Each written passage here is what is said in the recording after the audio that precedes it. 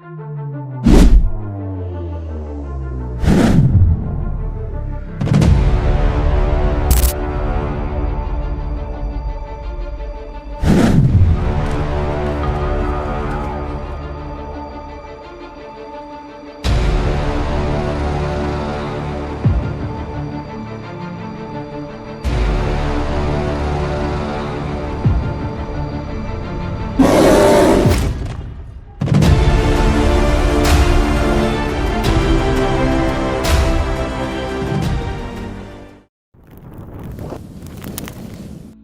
دنیائے فانی میں جب جب اللہ کی نافرمانی بڑھی اور شرک و بدعت عام ہوئی تو اللہ تعالیٰ نے اپنے بہت سے نیک بندوں کو نبی بنا کر بھیجا۔ یہ انبیاء کرام نہ صرف اللہ کا فرمان بندوں تک پہنچانے والے تھے بلکہ وہ زمانے اور آنے والے ادوار کے ڈر سنانے والے اور نشان عبرت تھے۔ انہی پیغمبروں میں سے ایک نبی الیسا علیہ السلام بھی تھے۔ حضرت الیسا علیہ السلام کا قصہ قرآن مجید میں سورہ انعام اور سورہ صاد میں آیا ہے۔ اللہ نے قرآن میں حضرت یسوع کا ذکر کچھ یوں کیا ہے: ہم نے اولاد ابراہیم میں پیدا کیا اسماعیل، الیسا، یونس اور لوط کو، اور سب کو فضیلت دی دنیا والوں پر۔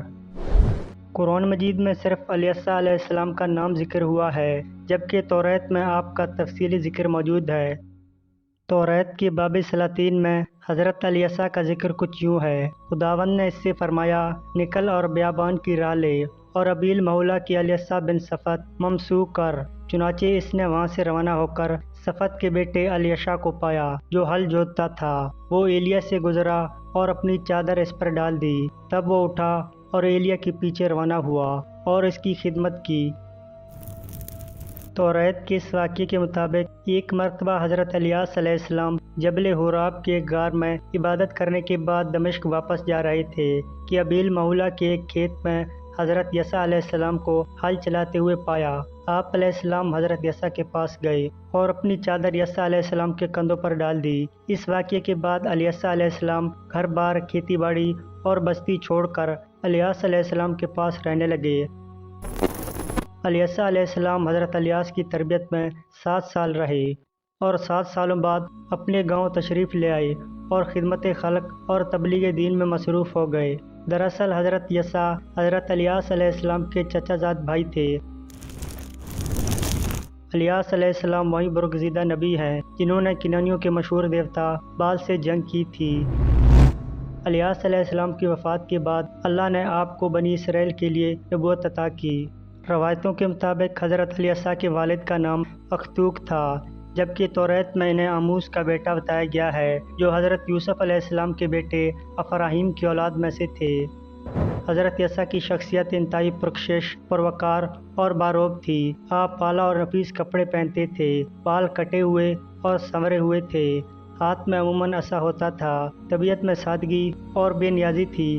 دن بھر کھیتوں میں ہل چلاتے اور راتوں میں عبادت الہی میں مصروف رہا کرتے۔ الیسا علیہ السلام ایک سیاسی سوجھ بوجھ اور سمجھداری رکھنے والے انسان تھے۔ آپ کے متعلق بہت سارے معجزات اسلامی اور اسرائیلی روایات میں بیان کیے گئے ہیں۔ مثلاً ایک مرتبہ اہل ایریا نے شکایت کی کہ ہمارے علاقے کا پانی کھارا ہے، آپ دعا فرمائیے کہ وہ پانی میٹھا ہو جائے۔ لہذا حضرت یسوع نے کچھ نمک پانی میں ڈالا تو اس کا پانی میٹھا ہو گیا۔ اسی طرح ایک مرتبہ حضرت الیسا ایک عورت کے گھر تشریف لے گئے۔ اس عورت کے ہاں اولاد نہیں تھی، لہذا آپ نے اس کے لیے دعا فرمائی تو اللہ نے اسے ایک بیٹا عطا کیا، لیکن کچھ دنوں کے بعد وہ بچہ مر گیا۔ چنانچہ حضرت الیسا دوبارہ اس کے گھر تشریف لے گئے اور اس مردہ بچے کے لیے دعا فرمائی۔ ایک دفعہ جب دمشق کے بادشاہ کو برص کی بیماری ہوئی تو الیسا علیہ السلام نے اسے اپنے ہاتھوں سے لگائے ہوئے پانی سے نہانے کو کہا تو اس سے وہ صحت یاب ہو گیا۔ اسی طرح کے بے شمار حادثات و واقعات حضرت الیسا علیہ السلام کے متعلق منسوب ہیں، جس کے ذریعے اللہ نے ان کی قوم پر یہ حجت تمام کی کہ الیسا علیہ السلام اللہ کے برگزیدہ اور سچے پیغمبر ہیں جنہیں ایک بڑے کام کے لیے مبعوث کیا گیا ہے۔ دراصل جب موسیٰ علیہ السلام کے ہمراہ بنی اسرائیل قبائل مصر سے ہجرت کر کے فلسطین میں آباد ہوئے تو ان کی سلطنت قائم ہوتی چلی گئی۔ سلیمان علیہ السلام کے بعد سلطنت 2 حصوں میں تقسیم ہو گئی۔ جنوبی سلطنت یہودا اور شمالی سلطنت اسرائیل کے نام سے جانا جاتا ہے۔ 220 سالوں میں اسرائیل میں 30 بادشاہوں نے حکومت کی۔ بادشاہ یہورام کے دور میں حضرت علیہ کو مبعوث کیا گیا۔ اس دور میں ریاست اسرائیل میں بدعت عام ہو گئی تھی اور اللہ کی نافرمانی بھی بڑھتی چلی گئی۔ جبر اور ظلم کرنے والے لوگ پیدا ہونے لگے، لیکن حضرت علیہ السلام خدمت خلق اور تبلیغ دین میں مصروف رہے۔ آپ واضح نصیحت کے ذریعے لوگوں میں وحدانیت کا پرچار کرتے اور دین حق کی تبلیغ و اشاعت کے سلسلے میں ہر کوشش کرتے۔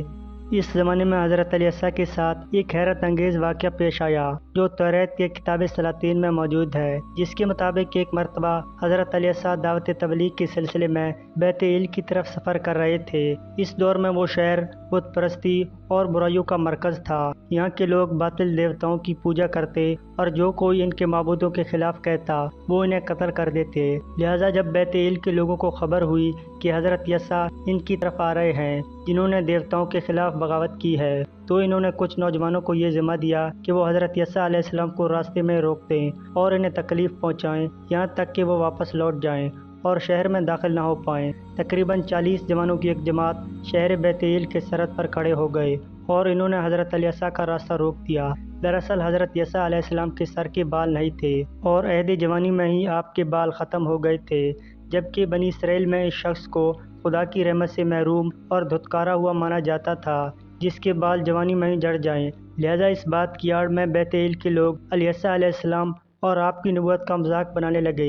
یہ 40 جوان علیہ علیہ السلام پر تب تک طنز و طعنہ کسنے لگے اور انہیں مجبور کرنے لگے کہ وہ واپس چلے جائیں۔ چنانچہ حضرت علیہ علیہ السلام نے ان آوارہ اور بدبخت لوگوں کے خلاف دعا کی اور اللہ کی بارگاہ میں مدد طلب کی۔ لہٰذا رب کائنات نے علیہ علیہ السلام کی پکار سن لی اور اچانک اس ویرانے میں کہیں سے 2 ریچھ نمودار ہوئے جو نہایت ہی خونخوار تھے اور غصے کی حالت میں دھاڑ رہے تھے۔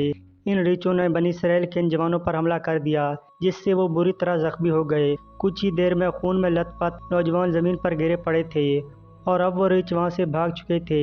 یہ ریچھ اللہ تعالیٰ کی طرف سے حضرت علیہ علیہ السلام کے لیے ایک غیبی مدد تھی، جس سے بنی اسرائیل پر یہ بات واضح ہو گئی کہ اللہ اپنے مقرب بندوں کو کبھی اکیلا نہیں چھوڑتا۔ روایتوں میں آتا ہے کہ بعد میں بنی اسرائیل کبھی حضرت علیہ علیہ السلام کی فرما برداری کرتے تو کبھی ان کی مخالفت کرتے، لہٰذا حضرت عیسیٰ علیہ السلام ہمیشہ غمگین رہا کرتے۔ آخر میں انہوں نے اللہ سے یہ دعا کی کہ انہیں آسمانی فرشتوں کا ساتھ ملے۔ جب ان کی دعا اللہ تبارک و تعالیٰ کی بارگاہ میں قبول ہوئی تو انہوں نے بنی اسرائیل میں سے ہی ایک نیک بندے جن کا نام ذوالکفل تھا، آپ نے ذوالکفل کو اپنا خلیفہ بنا لیا۔ اس کے بعد آپ کی روح قبض کر لی گئی۔